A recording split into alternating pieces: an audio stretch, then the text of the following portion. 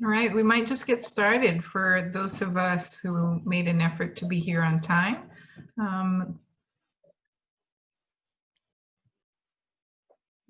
Something strange on the screen.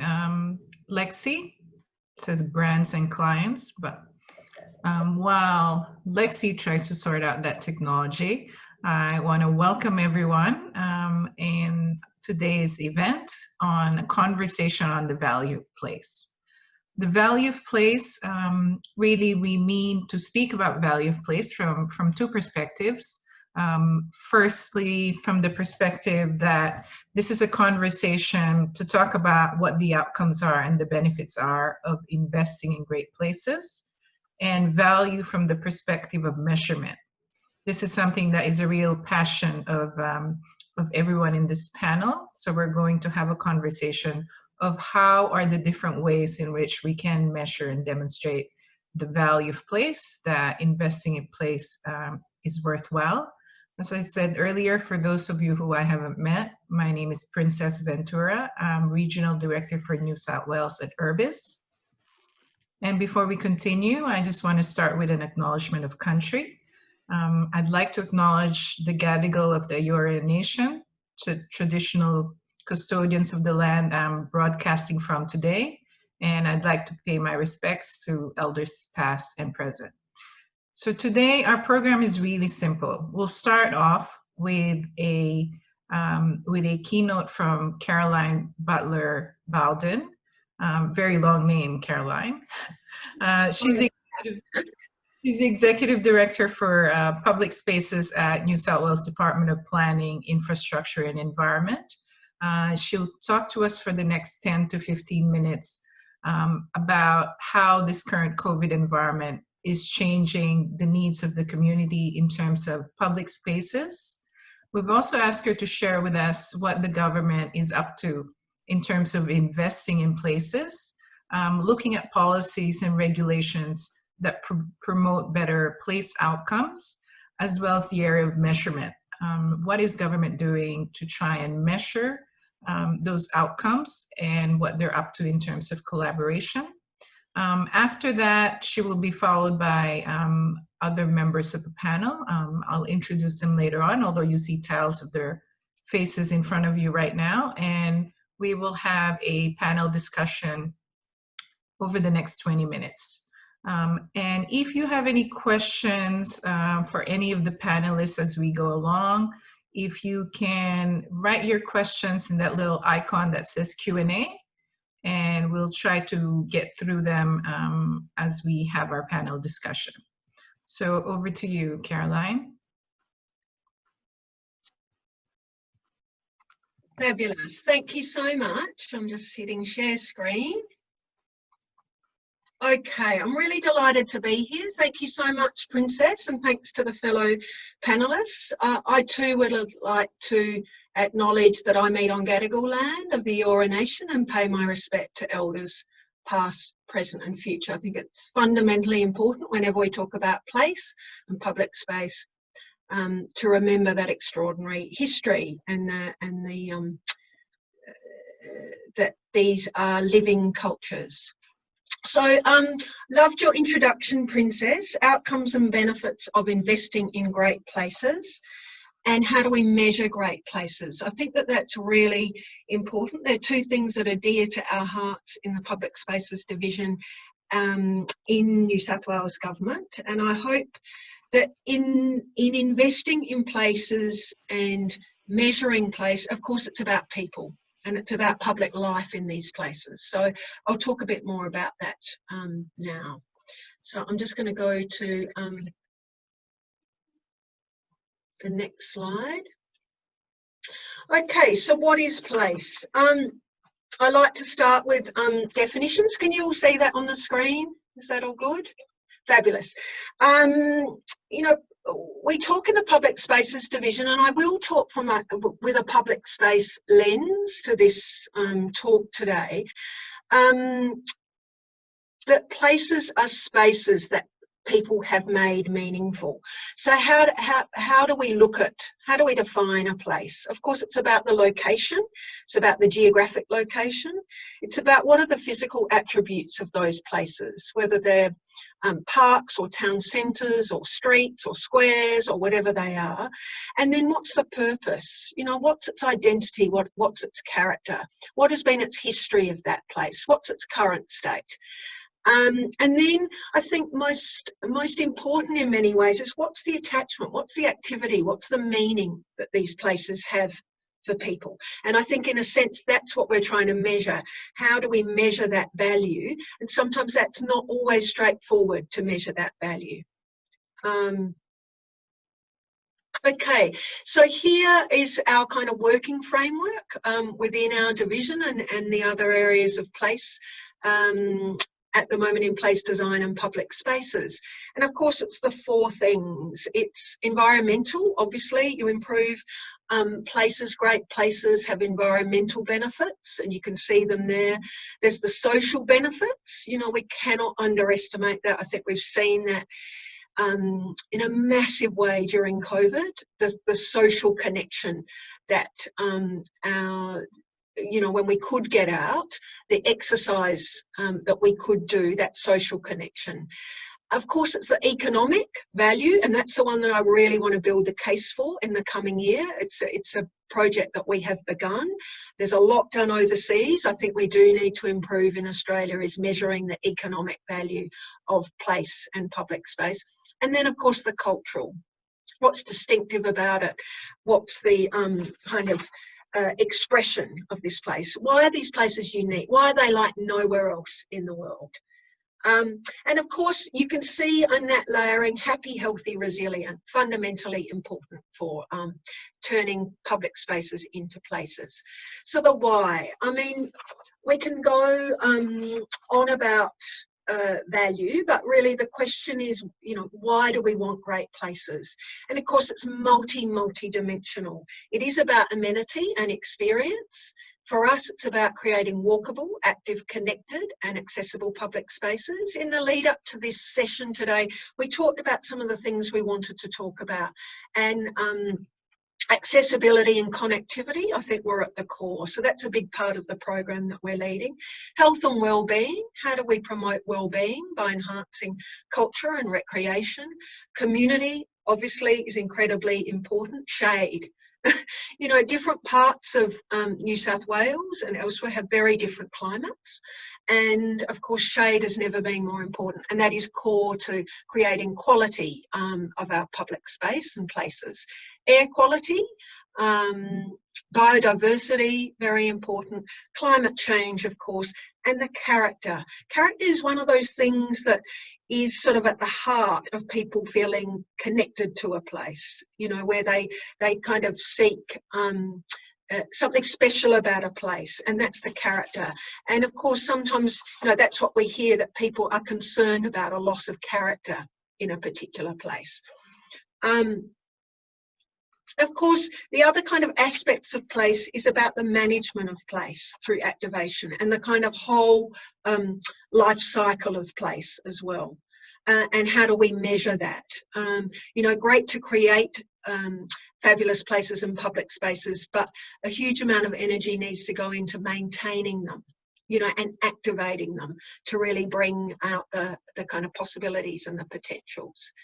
So we've been working a lot, sort of been in the department about 10 months, and about 2 weeks into the role, I was given a Premier's Priority. Now, a Premier's Priority is an incredibly exciting thing because they're set because no one government department can achieve them on their own. So it encourages incredible collaboration and opens doors across government, but equally with industry and community. And that's why we're so delighted that Urbis are keen to hear about the work that we're leading. So it's about vision and it's about leadership. It's about strategy. So what's our roadmap and how do we bring clarity of those state goals? It's about systems, and I'll talk a bit more about that, but how do we map place and public space in our systems and in our performance indicators? It's about standards. What are the shared definitions, best practice, and what will we measure success against? It's very much about the knowledge and people and culture. How do we build capacity and how that kind of confidence to practice in this space? How do we build a narrative in and around it? How do we get people engaged with the subject matter? And of course, it's what our programs are. So that's on our website. You can see a bit about that, the kind of different areas of our work at your leisure following this, and I'm happy to follow up with any of you in more detail. I talk about 6 moves for our division, and with a kind of tagline of how do we make public space everyone's business. I've used the word business because I think it's really important. There is economic return from making great places and great public spaces. Equally, as I said, there's the environmental, social and cultural benefits. You know, we talked about what are those benefits at the beginning and how do we measure them. So the 6 big moves are advocacy and narrative. I've really been building a narrative in and around our public space and how the impact that they make on people's lives. It's where you walk your dog, where you take your kids to play. It's, you know, your favourite streets. You can see here the pictures that we've taken of Centennial Park, of course, increasing public space for pedestrians and cyclists. Number 2, critically important, measuring value. How do we measure value? How do we approach the measurement of value from a range of different, in a range of different ways? And I'll talk a little bit more about that.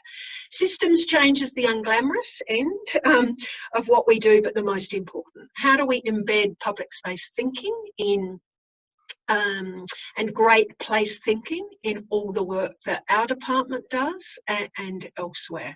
So how's it embedded in grant programs? How is it embedded in the way we work with Infrastructure New South Wales and elsewhere? How do we shift from what I call island thinking to precinct thinking? That thing of connectivity of place is incredibly important, and that's about kind of walkability and being able to get to a range of different places easily and in an intuitive way. What are the big and small ideas? And of course, we've launched Streets as Shared Spaces that closes today. And what we asked for were, what are those small and big ideas to transform your streets? And then fundamentally important, it needs to be citizen-led. So how are we working to be able to do this?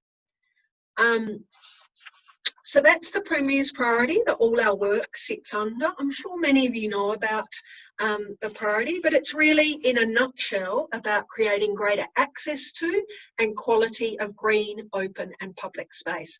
And by public space, we're using the UN definition. So it's everything from streets, plazas, pavements to public facilities like libraries, community centres and others. And then through, of course, to open space. So to our parks, our bushland, you know, our tracks and our trails, our playing fields. So we spent the first few months really preparing that approach for the Premier's priority, and there are 4 program streams that our division leads and works within the place design and public spaces area of government. It was really initially about building an evidence base, monitoring and reporting. How do we understand where it's best for us to apply to do our work?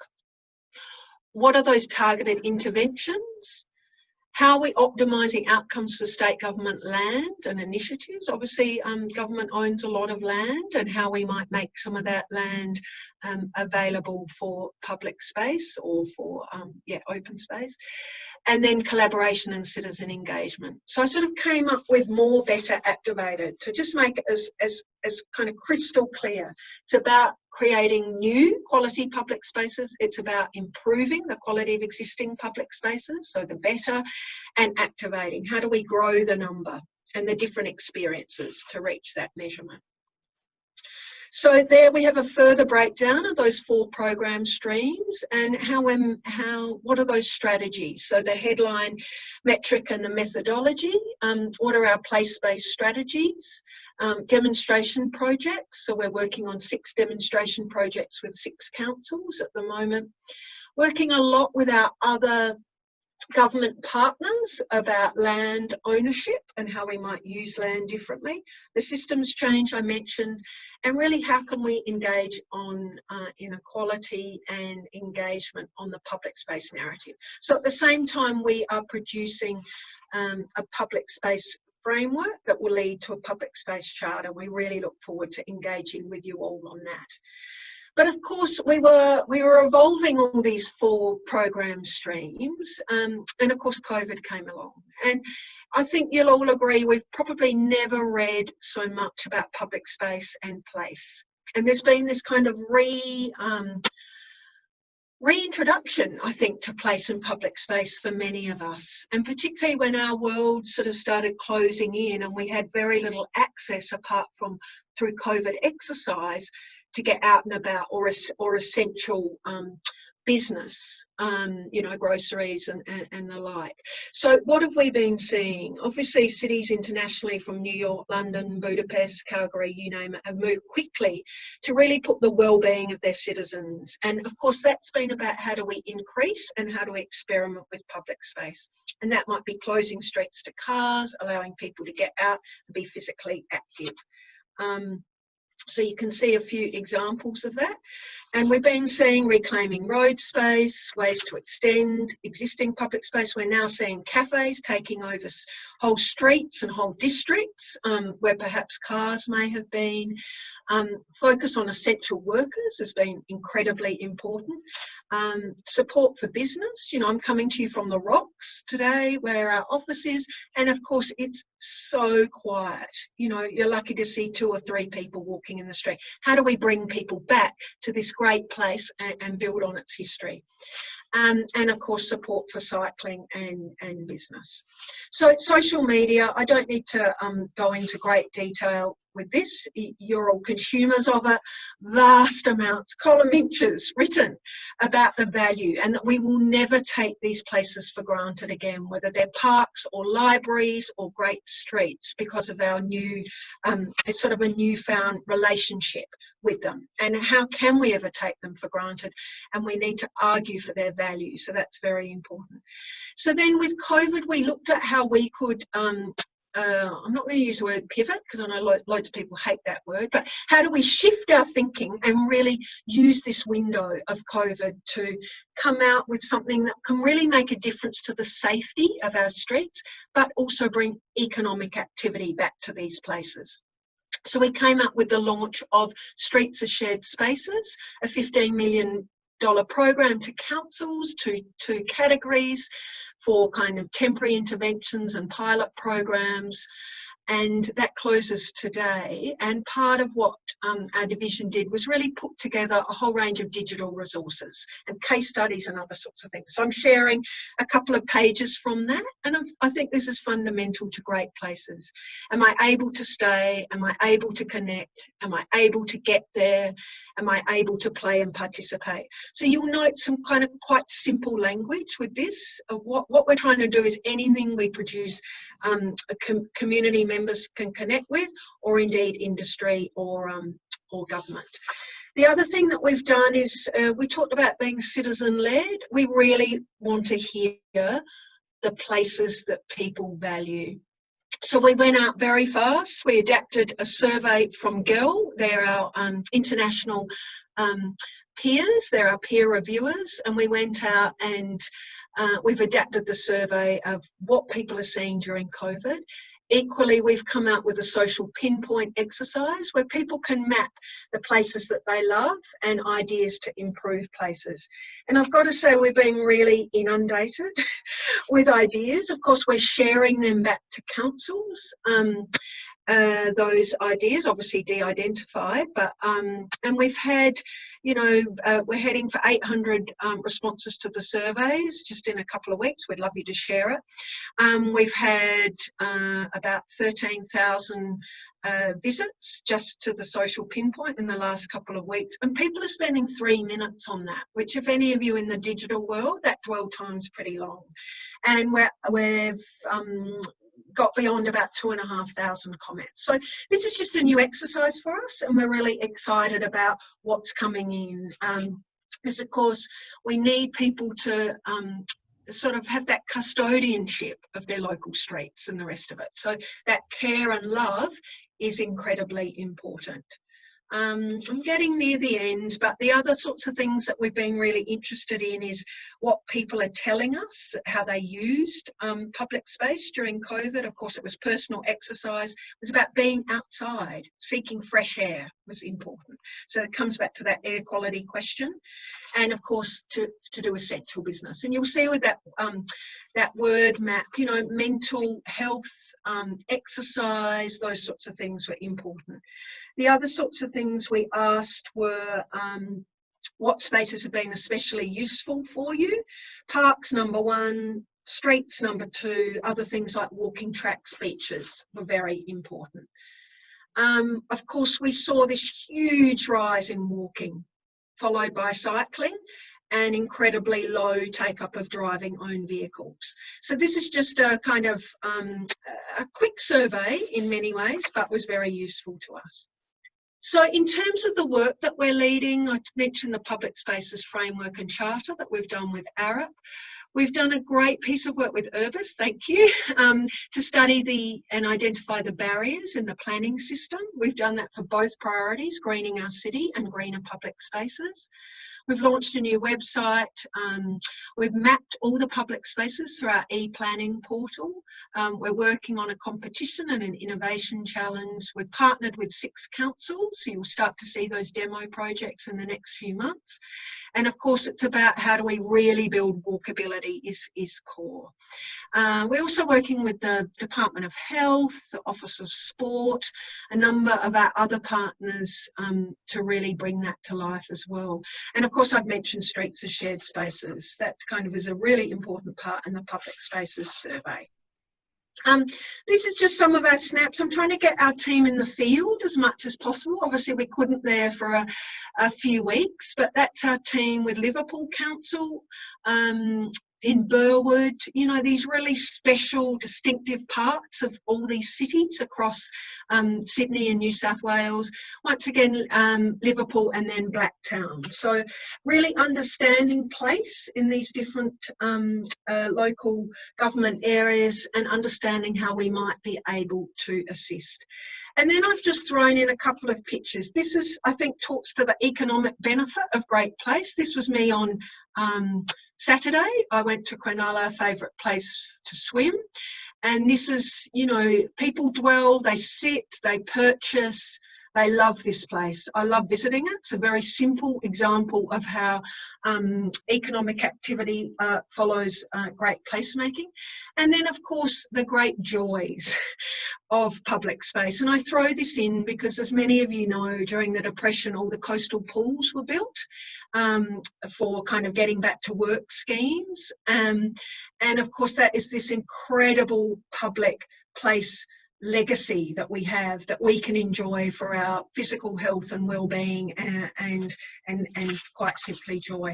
And then I think what we've been seeing, this is from my Instagram, quite exciting things in public space where we're seeing community take over public space and use it differently. So I was riding my bike quite near where I live, and a band had, this is usually a kind of place where people fish from. Yes, people do fish in the Cooks River.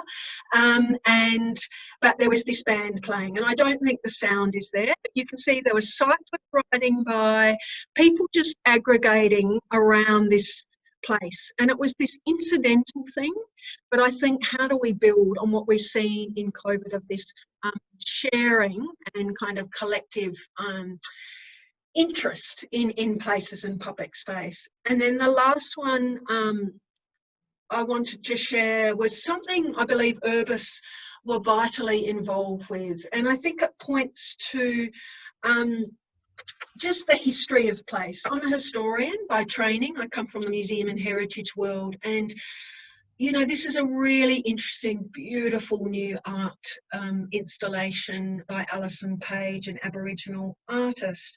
And I think it talks to the power of place changing over time and our understanding of place. So I'm going to finish on that. yeah, thank you for your time. And that's the little video there. That was just me on my own on Sunday morning, enjoying this incredible, really special, profound experience of place and understanding Botany Bay, you know, at Kamei National Park, and of course the place where Cook came. So yeah, thank you. This is in Maitland. We're also working with the regional areas, and yeah, how do we kind of bring creativity and art and other sorts of things to really bring out different experience of place as well. So thanks very much, Princess. Thank you, Caroline. We might move swiftly to panel. We're running a bit behind time.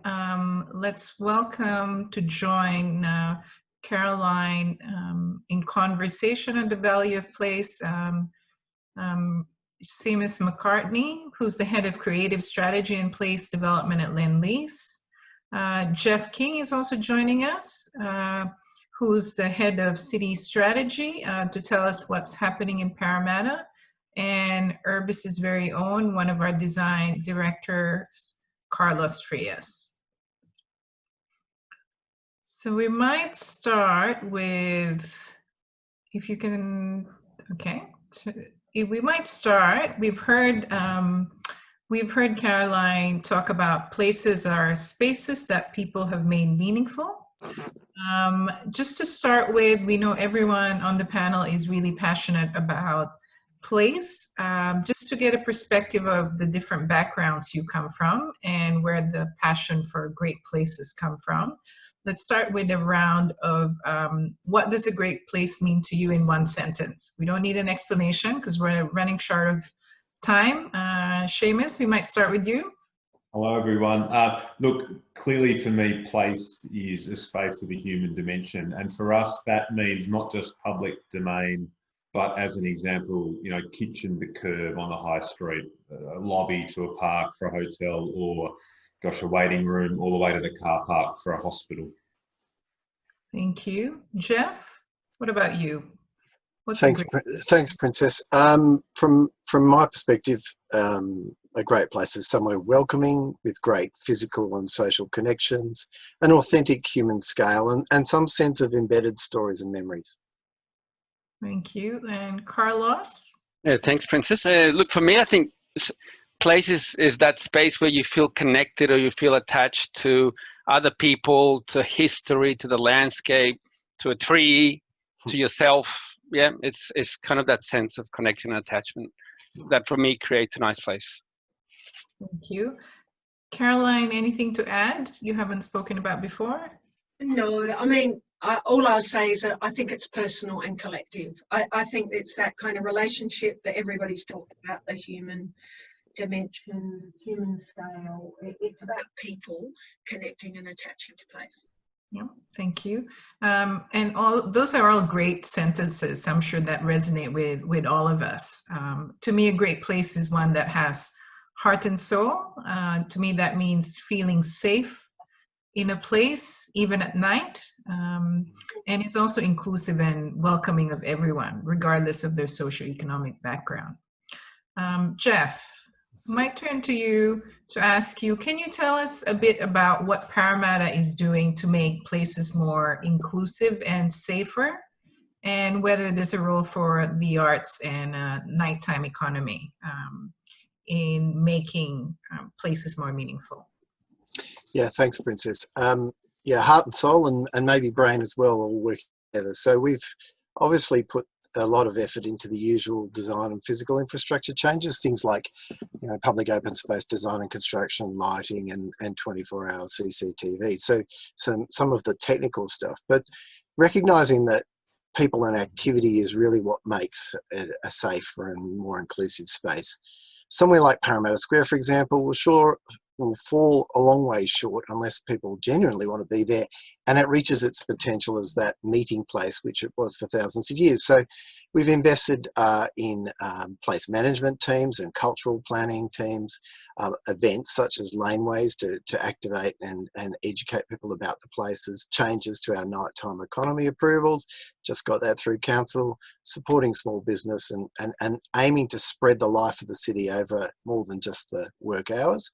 We've also looked at a range of actions around microclimate research and reducing heat, improving our connections to these places, and Civic Link is a good example of a longer term investment, investing in public art in those spaces, students, we've got more than 3 universities, and making the most of our great diversity. So yep, it's an important part of the nighttime economy, and the extension of the hours is an important part, but there's lots of ingredients for success here. Thanks, Jeff. People, activities, what we're hearing. Yep. There's also the question of equity of access to great places. Caroline, we might turn to you to ask you, with more people now walking and cycling, you've told us about that from the data that you've collected in this current environment. Has that highlighted inequity of access and the lack of connectivity of our public spaces?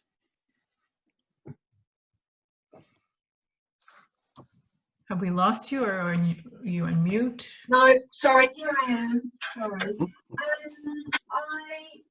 Look, I'm not sure about access, because actually when we've mapped access, you know, pre-COVID, during COVID, access is quite good across most of Metro Sydney and certainly into regional areas, but obviously access is a different relationship in regional areas. But I think it's about quality. And I loved your comment about heart and soul and safety, because I think that safety and I think Seamus, you talked about welcoming, I think, or Jeff, you know, this idea of welcome, safety, you know, they can't be underestimated, and they're core to quality, so that everybody, no matter who, you know, where they're from, they feel that they've got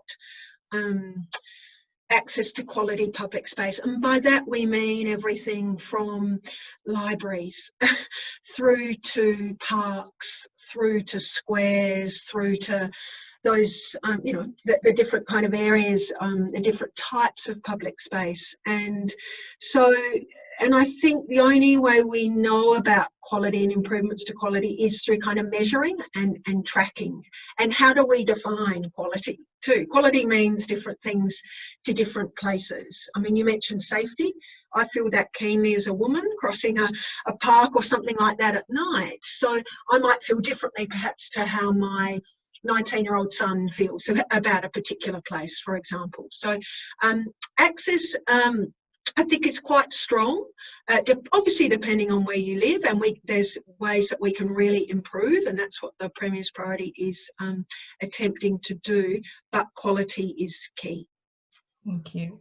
So we talked about quality, access, activation, safety.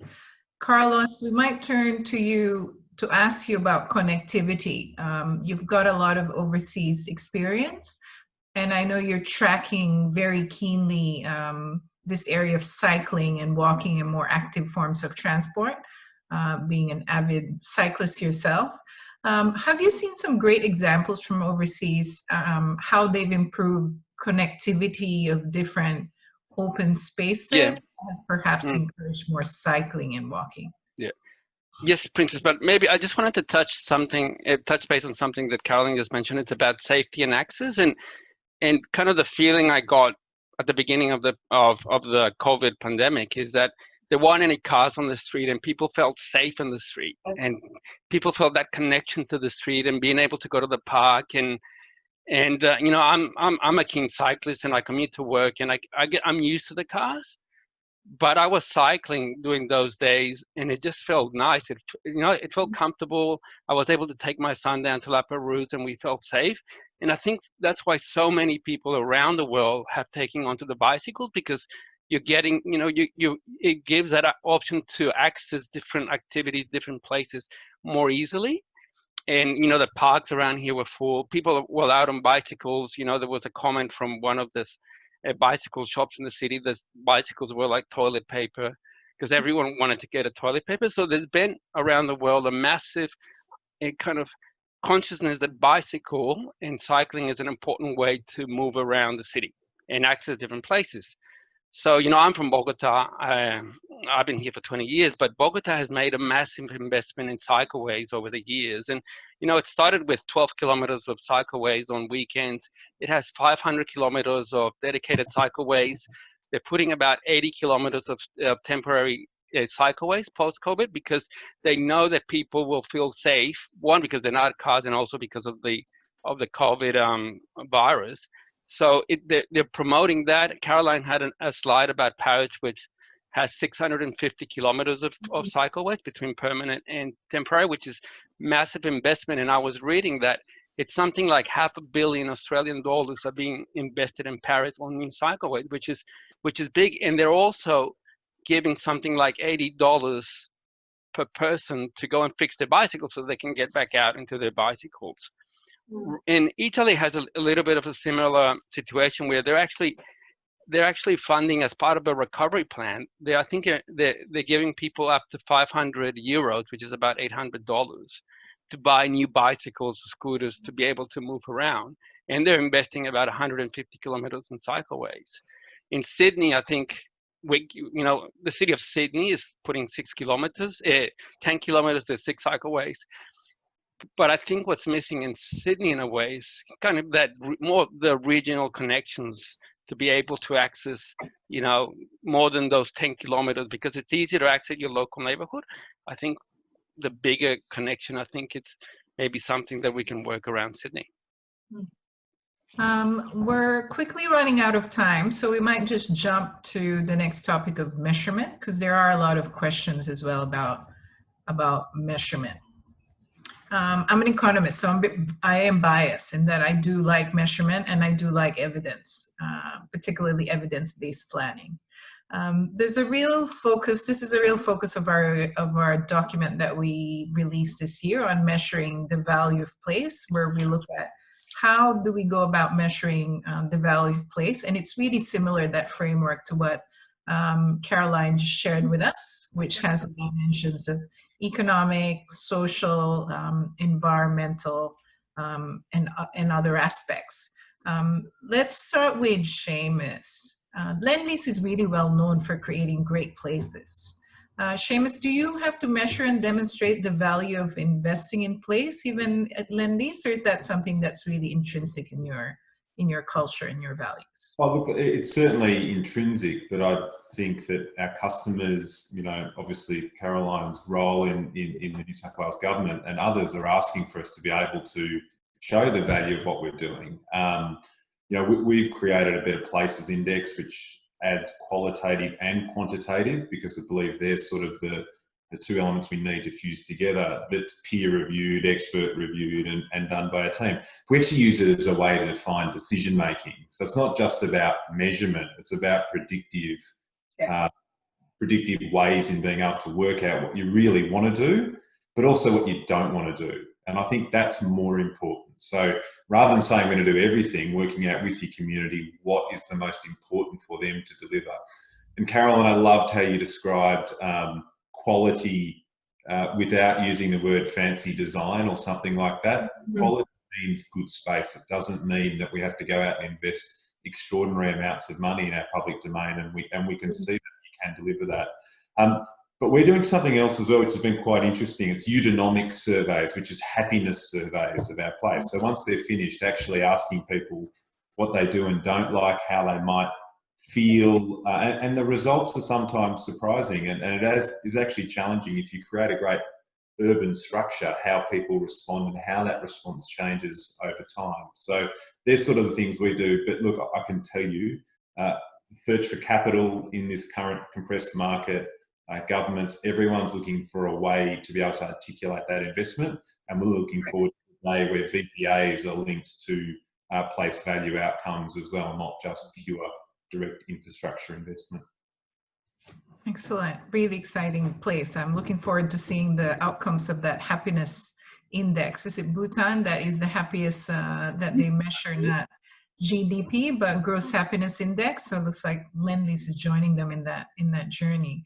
What about Jeff? Let's hear about in Parramatta. What are you doing to measure and demonstrate the value of place? I think it's not a bad idea to follow on from Seamus when we talk about VPAs and the value of place. Look, like all local governments, we look at the economic impacts on the value of events and other activities in places. We look at the market value of land, so those sorts of metrics. Increasingly, we're starting to measure the activity via people and bike counters and started to count the number of people visiting these places. That's been really interesting during COVID as well. So a lot of moving towards 24-hour quantitative metrics. And we occasionally ask people about what they think should happen in these places and engage with them about what they value and the elements that they appreciate. But they're really proxies. And if we go back to that original definition of the true value of place and stories, memories, human connections, it's really is a work in progress. And we've put a bit of time into this. Parramatta's cultural plan being adopted was another example where the organisation started to move towards understanding stories. We've got an interactive artwork that was due to go into Parramatta Square, slightly delayed physically because of COVID, but it had a role of displaying data, physical data collected locally, telling stories about the place, but also some steps towards measuring how people felt about the place in the place. So it's temporarily on hold, but you can actually find it on, I think it's at parramatta.com Storybox. So it's starting to tell stories about place. But yeah, that qualitative element is still a bit of a work in progress.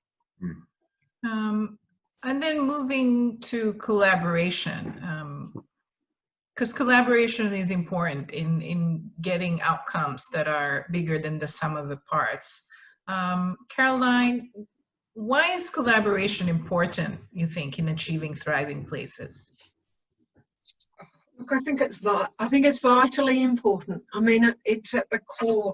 I think from government's point of view, government can't do it alone. It's how we're working with industry, but indeed how we're working with community. I mean, community understand their places better than others, and they're waiting and wanting collaboration and partnership. And I think that's been the really telling part of the work that we've done so far, is a lot of that on the ground work that obviously we're still developing, very much a work in progress. But collaboration means at the heart of it is a kind of shared ownership too of the outcomes. And I think we're never going to get to those great places and great public spaces without that kind of sense of shared ownership. And that's about, the care and maintenance and